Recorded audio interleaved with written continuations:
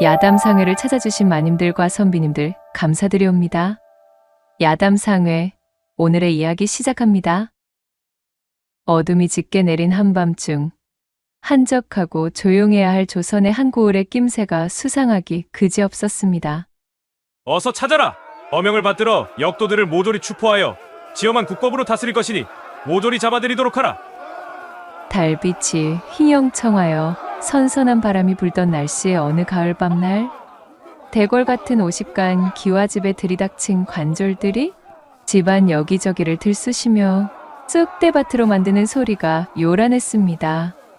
서슬퍼런 고함 소리에 맞춰 집안 곳곳을 난장판으로 만들며 번뜩이는 횃불이 마치 추수전 경작해둔 논을 갉아먹는 메뚜기 떼처럼 일렁이니 필시 사달이 나도 단단히 난 듯 보였지요. 여기저기서 관졸들의 냉병기들이 요동치는 소리와 집안 하인들의 비명소리가 들려왔고, 그렇게 큰 폭풍이 휘몰아친 이후 소란이 점점 잦아들고 있었지요. 천지가 요동치던 집안은 이제 조용해져 그 정막이 되려 소름 돋을 정도로 기이하게 느껴질 지경이었습니다. 자, 모두들 잘 들어라! 영모의 우두머리가 기거하던 곳이니 이곳에 기거했던 모든 식솔들을 모조리 멸하고 참아라. 이것은 바로 혼란하던 사화에 휩쓸려 대역죄인으로 내몰린 권대감댁 대궐에서 한밤중에 벌어진 일이었습니다.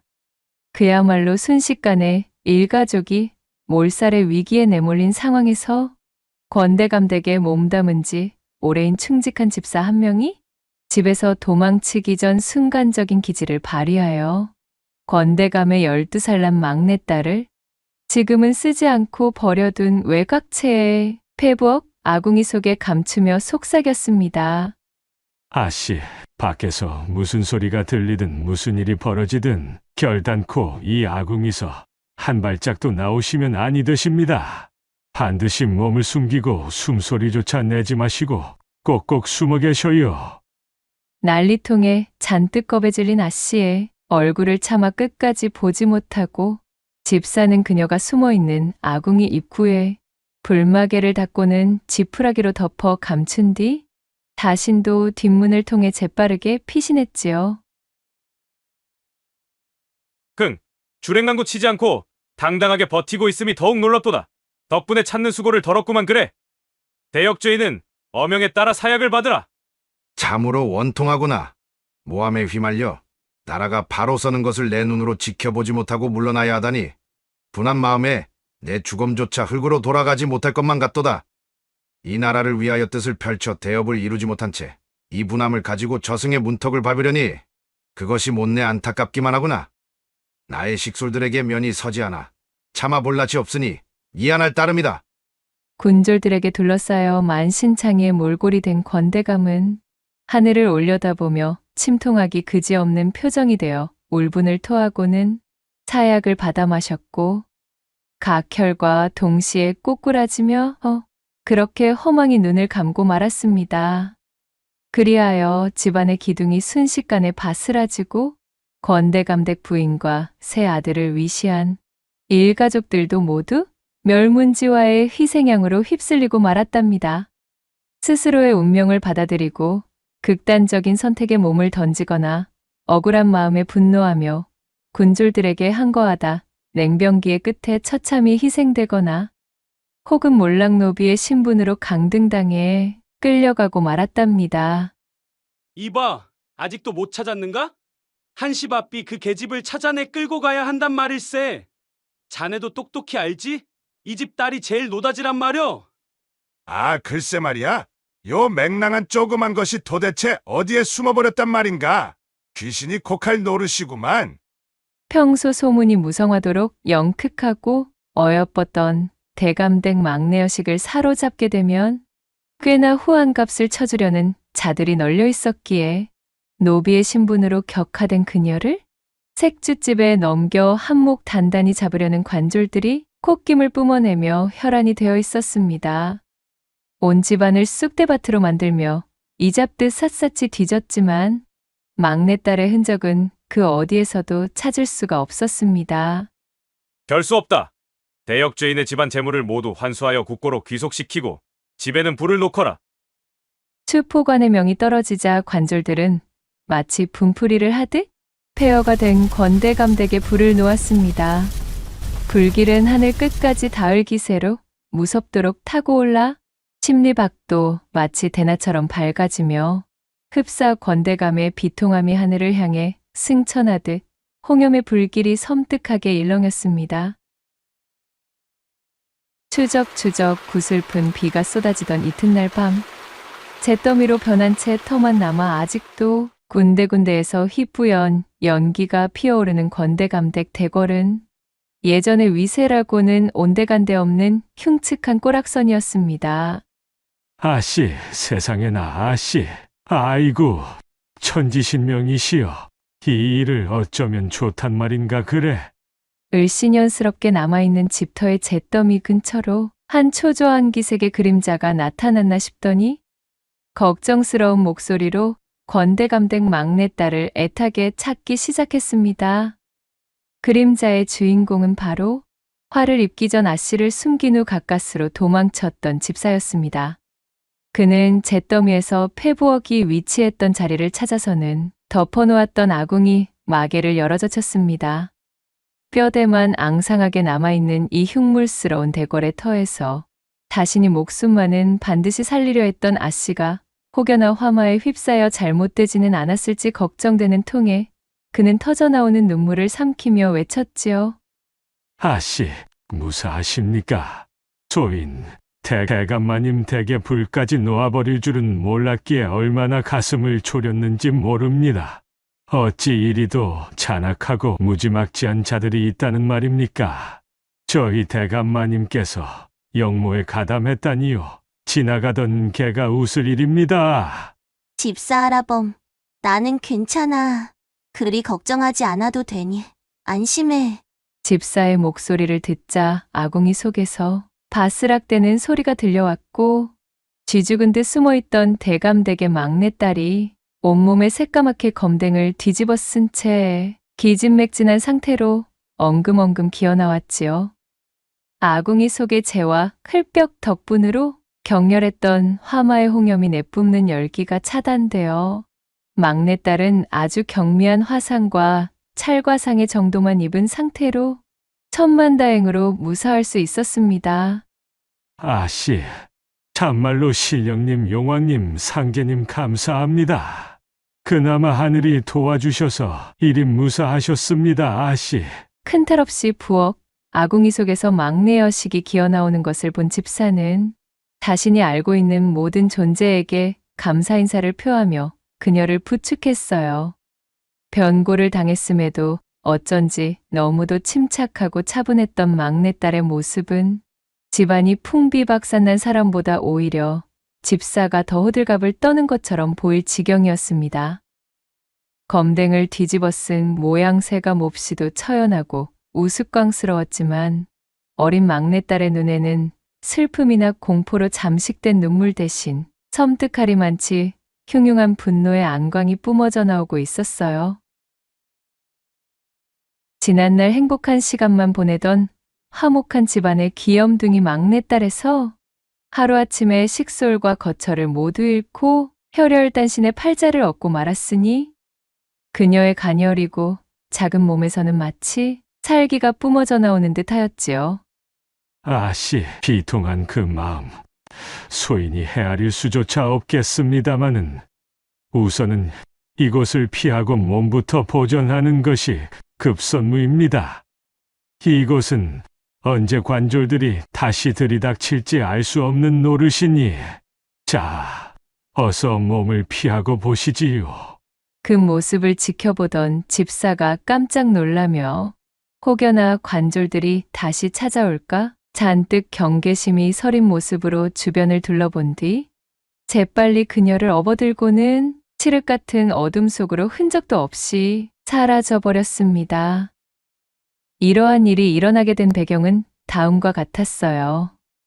조정 곳곳은 어디 하나 온전한 곳이 없어 썩을 대로 썩어 있고 신하들을 통솔하여 국정을 돌봐야 할 임금은 쇠약해 허구한 날 병상에 누워있기 바빴으니 나라의 기강은 해이해져 이미 무너진 지 오래였습니다. 아전인수의 심보와 혹세무민의 정신이 결합하여 아비규환이 따로 없는 지옥도였지요. 관리들이 앞다투어 매관매직에 앞장서 형편없는 자들이 너도 나도 벼슬을 한 자리씩 차지하고 있었으니 나라가 제대로 돌아갈 리가요. 모두가 고개를 저으며 망조가 든 나라에 대한 참담함에 지쳐 포기하고 있을 때 혈혈단신으로 이 썩어 문드러진 세상을 바로잡아 보기 위해 발버둥치던 참된 충신이 하나 있었습니다. 그것이 바로 권대감이었습니다. 그는 조선의 국운을 위해 큰 뜻을 품고 이리저리 움직이고 있었으나 차마 뜻을 펼쳐보지도 못한 채 자신과 일족이 역도로 몰려 멸문당하고 말았지요. 바로 권대감의 중마고이자 대의 동지이던 민대감의 배신 때문이었습니다. 두 사람은 오랜 기간 우애를 다진 친우의 사이였기에 민대감의 3대 독자 외아들과 권대감의 막내딸을 정약자로 점지해두었을 정도로 그 관계가 돈독했습니다. 두 대감은 날마다 머리를 맞대고 침몰해가는 국운을 바로 세울 국리를 거듭했지요. 장고 끝에 허약하고 줏대가 부족한 현 임금을 퇴위시키고 대를 위한 판단이 분명하고 백성을 위할 줄 아는 세자를 옥자에 추대하여 멍청한 임금을 꼭두각시 삼아 자신의 사리사욕을 채우고 곡간을 불리는 일에만 눈이 멀어 있던 대감 판서들을 모조리 숙청시켜 몰아내기로 결심하였던 것입니다. 결사의 날이 밝아왔소이다. 다들 각오들은 되셨겠지요? 한치의 실수도 없이 진행되어야 할 것입니다. 나 역시 이러한 강경책을 꺼내들고 싶지는 않았음을 어찌 다 표현할 수 있겠소? 허나 여기 이 자리에 모인 여러분들도 아시다시피 이제는 이것만이 도탄과 망조에 빠져 침몰하고 있는 이 나라 조선을 되살릴 유일한 길인 것이오. 모두들 유념하시어 각별히들 입조심하시길 바라오.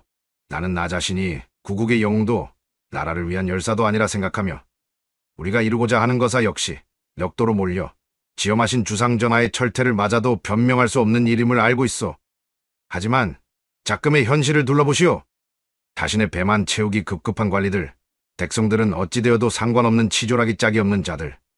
이 중에서도 가장 파렴치하기 그지없는 세력들이 바로 이 혼란을 틈타 혹세무민을 일삼고 마치 자신들이 정의인양 선동하고 있는 세력들이라 할 수 있어. 그야말로 아비규환이오. 이대로 좌시했다가는 이 땅은 멸망하고 오랑캐들이 들끓는 지옥과도 다름이 없어질 것이 자명하오. 이는 조선의 명운이 걸려있는 일입니다. 이렇듯 권대감은 뜻을 같이 하는 동지들까지 일사천리로 모아 거사를 도모할 만반의 준비를 하고 있었지요. 그리고 대대적인 거사의 3일 전 철석같이 믿고 있던 민대감이 그만 배신하고 말았습니다. 민대감은 그 길로 반대 세력에 흘러들어 권대감의 계획을 모조리 밀고 하였고 그로 인해 권대감은 꼼짝없이 역도의 우두머리가 되어 처분당하게 된 것이지요. 그렇게 권대감 휘하의 식솔들이 참변을 당하고 가문은 능지처참의 길을 걸었으며 대궐은 불에 타 흔적조차 사라지는 일련의 숙청이 끝났어요. 그날 집사의 도움으로 부엌 아궁이 속에 숨어 있었던 막내 여식은 이후로 생사조차 불분명한 상태로 행방불명된 채 흘러간 시간이 5년이었습니다. 그럼에도 큰 틀의 세상은 무엇 하나 바뀐 것이 없었지요. 변함없이 위태로웠고 썩어 있었으며 또한 혼탁했습니다. 영모를 조기에 처단한 공로를 인정받아 민대감은 도승지의 자리에 올랐고 그렇게 권력을 잡게 된 민대감은 병상에 누워있는 왕을 제 꼭두각시처럼 부리며 온 나라를 주무르고 있었지요. 이를 견제할 세력들은 모두 권대감과 함께 조정해서 자취를 감추었으니 얼마나 제 세상이었을까요? 그런 민대감이 권력을 잡은 이후로 조정의 부정부패는 더욱 악랄해져 이제는 손쓸 방도가 없을 지경이었습니다. 그렇게 혼란한 시기에 시간을 등에 업고 민대감의 3대 독자가 장성하여 벼슬길에 오를 나이가 되었어요. 민대감은 자신의 권력을 이용하여 제 아들에게 충청감사 자리를 내려 충청 지역을 다스리게 하였지요. 간신들을 통솔하며 왕마저 꼭두각시로 쓰고 있는 도승지 민대감은 두려울 것이 없었습니다. 유일하게 마음에 걸리는 것은 단 하나. 권대감의 가문을 멸문지화 내려 했던 목표와는 다르게 그의 막내 여식이 생사도 모른 채 잠적했다는 점이었습니다. 그 난리통에 명주를 부지하긴 힘들었겠으나 뒤가 찜찜한 것만은 어쩔 수가 없었지요. 한편 자신의 옛 정약자인 권대감 댁 막내 여식이 생사가 불투명한 것 따위는 이미 안중에도 없이 장성한 채 아비의 어두운 면을 보고 자라 그대로 빼다 박은 아들이 어찌 밝을 수가요. 그렇게 새로 부임하게 된 젊은 충청감사 태덕은 나란 일에 하등 관심을 두지 않고 그저 주색 잡기에만 몰두하여 관청의 곳간을 탕진해 매일같이 흥청망청의 연회를 열어대며 방탕하게 지내기 일쑤였습니다. 태덕이 제 아버지의 후광을 등에 업고 충청감사로 부임한 이후로 이 지역의 백성들은 고충이 나날이 심해져 급기야 고을을 떠나 산속으로 들어가 스스로 화적대가 되기까지 했지요. 그러거나 말았거나 두둥실 떠오른 보름달이 잔잔히 일렁이는 강물에 반사되어 또 하나의 달이 뜬 어느 날 떠들썩한 연회가 벌어지고 있는 용강루 정자에서는 흥이 질펀하게 녹아내리는 가야금 소리가 울려 퍼지고 있었습니다. 잔 속에 들어와 있는 밝은 달을 안주 삼아 서로의 손에서 술을 나눠 바쁘게 돌아가는 통에 주지웅님이 따로 없을 정도의 연회였지요. 나라를 제멋대로 주무르는 도승지의 아들이자 젊은 충청감사 민태덕에게 수많은 벼슬아치들이 아부하며 굽신거리고 있었어요.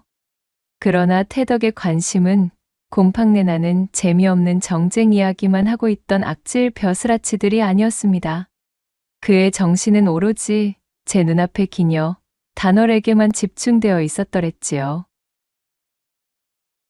그녀는 가장 유명한 기방 중에서도 단연 으뜸이라 불리우는 설춘관에 새로 나타난 빼어난 기녀로 아무도 그녀의 과거나 그녀의 주변에 대한 이야기를 들어본 적이 없는 빈밀에 쌓여있는 특출난 여인이었습니다. 단지 한 가지 분명했던 사실은 충청감사 태덕이 부임하는 시기와 엇비슷하게 설중관으로 흘러들었고 또한 태덕이 부임하는 그 순간부터 아찔한 솜씨의 감으로 태덕의 혼을 쏙 빼놓았다는 점이었습니다. 간신의 우두머리인 아비덕으로 나이에 비해 방탕한 세월을 즐겨온 역사가 깊었던 태덕이었음에도 이 단월이 지닌 재색과 학식만큼 자신을 즐겁게 해주는 재원은 없었습니다. 태덕은 충청감사의 채통도 잊을 정도로 설중관의 단골이 되었고 또한 단월에게 단단히 빠져 그녀가 보고 싶을 때면 여지없이 이렇듯 연애를 개최하여 그녀를 빼내오곤 하였지요. 참으로 대단하고 또 대단하구나. 단호라, 정녕 너는 어디에서 나타난 귀인이더냐? 내 너만 보면 온 정신이 쏙 빠지는 것이 가히 요망하기 짝이 없을 정도로다. 오늘 연회의 가야금 12줄에 실린 흥이 기가 막히다지만 내 너의 전륜한 미색보다 더 흥이 나는 것은 일찍이 보질 못하였구나. 어찌 이리 출중할 수 있단 말이더냐? 고된 나란 일에 쌓여있다가도 내 너만 보고 있으면 골치 아픈 것들이 모조리 달아나는 것만 같도다. 어머, 참으로 과찬이십니다. 나으리. 제깟 것이 무얼하고 나으리께 그런 극찬을 받겠사옵니까? 그저 소첩은 나으리 곁에서 보필할 수 있는 것만으로도 황홀하옵니다. 자, 제 잔 한번 받아주시옵소서. 환하게 찬 보름달처럼 희고 고운 단어를 제 옆에 앉힌 충청감사가 그녀의 기회와 미모에 대한 칭찬을 아낌없이 던지자 단월이 옥구슬 같은 목소리로 겸양의 말을 꺼냈습니다. 그리고는 충청감사의 술잔을 채우며 싱그러운 미소를 날리는데 과연 천지가 환하게 밝혀지는 미모라 하겠으니 감사의 하초가 당장이라도 지축을 뒤흔들듯 요동을 치고 있었지요. 연애가 파하자마자 태덕은 기다렸다는 듯이 단월의 허리를 껴안았고 가명으로 넘어가 절경을 즐기며 금치미로 함께 쓰러졌습니다. 나으리, 잠시 제 이야기를 들어주시겠사옵니까? 소첩, 비록 천하디 천한 기녀이오나 이날까지 제 한 몸을 깨끗하게 간수하며 함부로 여기지 않고 지켜오고 있었사옵니다. 그 말을 들은 태덕이 눈을 흡뜨며 반색을 보였어요. 오늘이야말로 이 단월의 머리를 올려줄 사내가 바로 자신이 될 것이라는 기가 막힌 정보격이 태덕을 간지럽히고 있었습니다. 태덕이 안달이 나 참을 수 없다는 표정으로 다가서자 단월은 알싸하고도 오묘한 미소를 지으며 조용히 속삭였습니다. 천한 신분으로 구차하게 나으리에게 매달리며 안방을 내어달라 하지는 않겠사옵니다. 그러나 오늘은 줄곧 간수해오던 저희 처음인 만큼 형식적인 혼례의 예만이라도 부디 지켜주셔요. 소녀 그것만으로 만족하며 나으리를 성심으로 받들 것을 약조하겠사옵니다. 신이나 머리 꼭대기까지 흥에 취해 있던 태덕은 당장에 그러겠노라 대답하고 부랴부랴 냉수 한 그릇을 떠왔습니다. 이리도 빼어난 기녀가 그간 굳게 지켜온 처음을 제게 내어주는 것도 모자라 그것을 빌미로 거머리처럼 달라붙어 제 고열을 빨아먹지도 않겠다는데 어느 사내가 그것을 마다할 수 있을까요? 달고 다른 태덕은 타성에 젖어 모든 것이 심드렁하기만 했던 무료한 일상에서 아직도 자신의 염통을 이리 흔들 수 있는 여인이 남아있다는 사실이 너무나 짜릿했습니다. 이것은 억만금을 내어주어도 쉬 가질 수 없는 엄청난 포만감이었어요. 오히려 태덕은 기녀답지 않은 단월의 지고지순한 태도에 더욱 마음이 동요하고 말았지요. 그리하여 냉수 한 그릇을 떠놓고 서로 맞절을 하며 혼례식을 치른 다음 거나하게 은잔에 술을 따라 합한주까지 나누었으니 그제야 단월은 촛불을 끄며 제 옷구름을 태덕에게 내놓았습니다. 뇌성병력이라는 말이 무색하게 가명 안에서는 먹구름이 몰려와 폭우가 쏟아지는 거사가 이루어졌지요. 그렇게 충청감사 태덕은 가진 기력을 모두 소모하고 흡사 고목이 무너지듯이 단어리로 쓰러져 시원스레 코를 골며 한바탕 깊은 잠에 빠져버렸습니다. 단월은 땀에 흠뻑 젖어 한참을 조용히 있다 몸을 일으키고는 어쩐 일인지 쓰러져 자고 있는 태덕에게 큰 절을 올리는 것이었습니다. 그것은 마치 초야를 치른 후 신부가 신랑에게 예를 표하는 모양새처럼 보였지요. 그리고는 깊고도 싸늘한 목소리로 혼잣말을 꺼내기 시작했어요. 이리도 아무런 경계심 없이 저와 단둘이 되는 것도 모자라 술잔마저 나누다니요. 허장성세에 취해 내실을 다지지 못하였으니 이리도 한심한 모습만 보이게 되는 것이랍니다. 조금이라도 의심하거나 저에 대한 과도한 연심을 거두었다면 제가 누구인지 알 수도 있었을 터인데 꼴이 이 모양이니 과연 여즉 옛 기억을 남겨두고나 있을지 모를 일입니다, 서방님. 허면 지금부터 꿈속에서라도 잘 들어두시지요. 조선의 명운을 걸고 중마고우로 지낸 권대감과 민대감이 12년 전 서로가 사돈이 되기로 깊은 약조를 했사옵니다. 소첩이 그 어린 나이에 집안끼리 맺어둔 약조를 목숨처럼 여기며 서방님과의 혼인을 꿈에도 그려보던 날 또한 있었지요. 아무것도 모르던 어린아이에게 어쩌면 그것은 세상의 전부와도 같았습니다. 그리고 오늘 밤에서야 이렇듯 우리를 혼인시켜 부부의 연을 맺게 하자는 그 약조를 지킬 수 있게 되었군요. 이 약조를 지켜내는데 너무나 많은 시간과 고통을 소비하고 말았습니다. 이제 하늘을 걸고 나눈 약조를 지키게 되었으니 우리 집안의 철천지 원수를 갚을 차례이며 그런 연유로 우리 가문을 몰락시킨 원수의 아들인 서방님을 살려둘 수는 없습니다. 그랬습니다. 자신의 아버지를 배신하고 집안을 풍비박산낸 도승지 민대감의 아들이자 정약자였던 태덕을 내려다보며 호련히 사라져 생사조차 불분명했던 권대감의 막내딸 단월이 슬픈 미소를 띠고 있었습니다. 지난날 관졸들이 들이닥쳐 식솔들을 참하고 불을 놓았던 그때의 지옥도를 회상하며 그리고 그간 이 자리까지 오기 위해 뼈를 깎는 노력을 쌓아올려 고생한 과거가 있었기에 단월의 웃음에는 쓰디쓴 무게가 실려 있었어요. 불타버린 집터 속 폐부엌 아궁에서 숯검댕을 뒤집었으며 기어나왔을 때부터 이날만을 위해 복수의 칼날을 갈아오며 준비해온 단월은 깊게 숨을 들이키고는 옴매무새를 정리하고 가명을 빠져나왔지요. 세상 모르게 골아떨어진 태덕의 요란스러운 코골이 소리를 뒤로한 채 단월의 눈에서는 마치 도깨비불처럼 일렁이는 듯한 푸른 살기가 뿜어져 나오고 있었습니다. 그리하여 이튿날 아침 가명에서 잠들었던 태덕은 머리가 박살나는 듯한 숙취와 함께 눈을 뜨고는 깜짝 놀랐습니다. 단월은 온데간데 없어 보이지 않았으나 간밤 그녀와 함께 우느지정을 나누며 요란하게 밤하늘을 적셨던 비단금 치미에는 단월이 남긴 선명한 처음의 증거가 눈에 들어왔기 때문이었지요. 어허, 내 간밤에는 긴가민가 하기도 하고 또한 의뢰 하는 말이려니 싶어 귀담아 듣지 않으려 했다만 그 말이 참말이었구나. 내 당장 단월이 이것을 맞아들여 매일 기방을 나서는 대신 내 침소만을 지키도록 만들어야 하겠구만.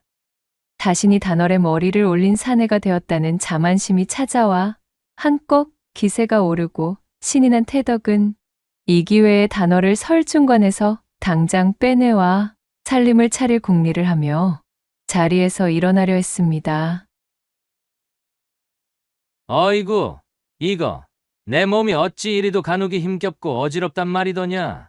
그러고 보니 자세한 기억도 나지 않고 희미하기만 한 것이 아무래도 어젯밤에 연회장에서 마신 술이 과하였는가? 아니면 간밤 단월과의 거사를 치르며 양기를 모두 도둑이라도 맞아 그러한 것인가? 어째 몸이 뻐근한 것이 퍽 골로하구나. 갑자기 찾아온 어지럼증과 무기력감에 태덕은 맥 빠진 목소리로 혼잣말을 중얼거리고는 스르륵 다시 잠에 빠져들었습니다. 태덕은 그때까지도 몰랐습니다. 그렇게 잠에 빠져버린 뒤 자신에게 남아있는 시간은 존재하지 않을 것이라는 사실을 말이지요. 이후 태덕은 원인을 알 수 없는 채로 호흡이 어려워지더니 상태가 위중해져 시름시름 앓기 시작했습니다. 백약이 모두 무효했고 용하다는 의원들을 불러 진맥을 명하였지만 그들 역시도 처음 보는 증상에 당황하여 제대로 된 처방을 내리지 못하며 우왕좌왕할 뿐이었지요. 나라가 혼탁했으니 어디 용하다는 의원이라고 다명이만 있었을까요? 그들 역시도 벼슬아치와 관리들에게 뒷돈을 대고 독점하다시피 고을의 의원 자리를 꿰찬 돌팔이들 뿐이었기에 태덕의 증상을 면밀히 살필 능력이 있을 리 만무했어요. 그렇게 손을 쓸 사이도 없이 병세가 급격하게 나빠진 태덕은 그대로 병상에 몸져눕게 되었답니다. 그리 정정하고 흥청망청이던 젊은 감사가 하루아침에 병세를 얻어 원인조차 알 수 없는 상태로 골골대니 사람들은 지레 겁을 집어먹고 모두들 몸을 사릴 뿐이었습니다. 그렇게 태덕이 가명에서 쓰러진 지 불과 8해 만에 그는 마치 송각시를 만난 사람처럼 새카맣게 변해버린 얼굴로 입을 벌린 채 섬뜩한 몰골을 하고는 불기의 객이 되고 말았지요. 젊은 감사를 황천으로 떠나보내고 슬픔에 빠진 가솔들이 태덕의 장례를 마치고 주변을 정리하다 말고 합한주를 담았던 은술잔 하나를 발견하게 되었습니다. 그리고는 온 집안이 발칵 뒤집히게 되었지요. 잔의 색깔을 보시오. 은술잔이 까맣게 변해 있지 않소. 독이다. 감사께서 독에 당하셨다. 시커멓게 변해 검게 그을려 있는 것을 발견한 가솔들은 그제서야 충청감사가 독살당했다는 사실을 알게 되었어요. 의원들도 감별해내기 까다로웠던 청에서 건너온 기아디 귀한독에 당한 점이 초동수사를 어렵게 만들었던 원인이었습니다. 일거수일투족을 추적한 끝에 충청감사가 그날 단월과 함께 가명으로 향했다는 증언을 얻게 되었고 충청감사를 해한 범인으로 곧장 지명된 단어를 방방곡곡 수배령을 내려 찾아 나서기 시작했어요. 하지만 그녀는 이미 호련히 기방에서도 거처에서도 자취를 감춘 뒤였습니다. 그 누구도 설중관에 새로 들어온 기녀, 단월에 대해 자세히 아는 사람이 없었기에 그녀를 추적하는 일은 쉬운 것이 아니었습니다. 그녀는 마치 그 예전 집사의 등에 엎여 사라진 뒤 소식이 끊겼을 때와 마찬가지로 그렇게 종적을 감추었어요. 단월의 뒤를 쫓느라 소득 없는 시간은 자꾸만 흘러가게 되었지요.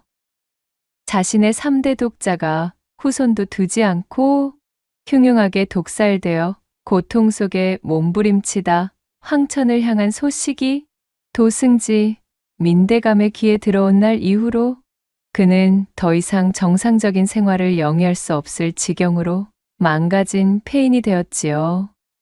이 모든 것이 자신이 배반한 권대감에 한 맺힌 원혼이 자신에게 저주를 내린 것이라 여기기 시작했습니다. 민대감은 밤마다 귀접한 사람처럼 헛것을 보며 비명을 질러대곤 하였습니다.